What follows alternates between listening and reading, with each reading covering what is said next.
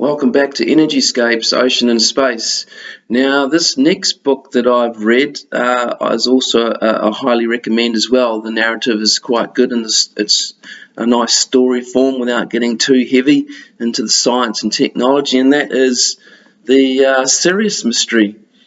So I really enjoyed this, and it was quite enlightening, and it looked at some very interesting things around Sirius and some of ancient cultures on Earth that had highly advanced astronomical science embedded within their cultural memory, and there was absolutely no way they could know about the relationship between Sirius A and Sirius B because you couldn't see it.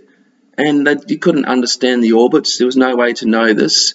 And then I looked at some of the imagery within their culture that represented the astronomical views that they had taken on board, and they wouldn't have been able to figure that out. There was no way they could have. And then so he relates this to other cultures like the Egyptians, the temples at Giza, their orientation to Orion, and the history around that as well, and some of the evidence that points to the fact that, well, perhaps this was related to cedar races or higher beings involved in the development of Earth's culture pre-cataclysm 10 or 11,000 years ago, and afterwards in the rebuild of civilization.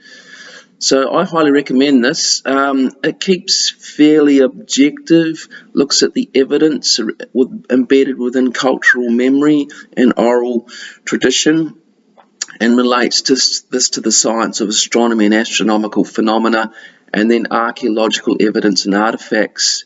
So I recommend that. It's a good read if you want to have a better understanding of ancient history and ancient civilizations and anomalous aerial phenomena and supposed ET involvement with planet Earth and the solar system over many, many millennia.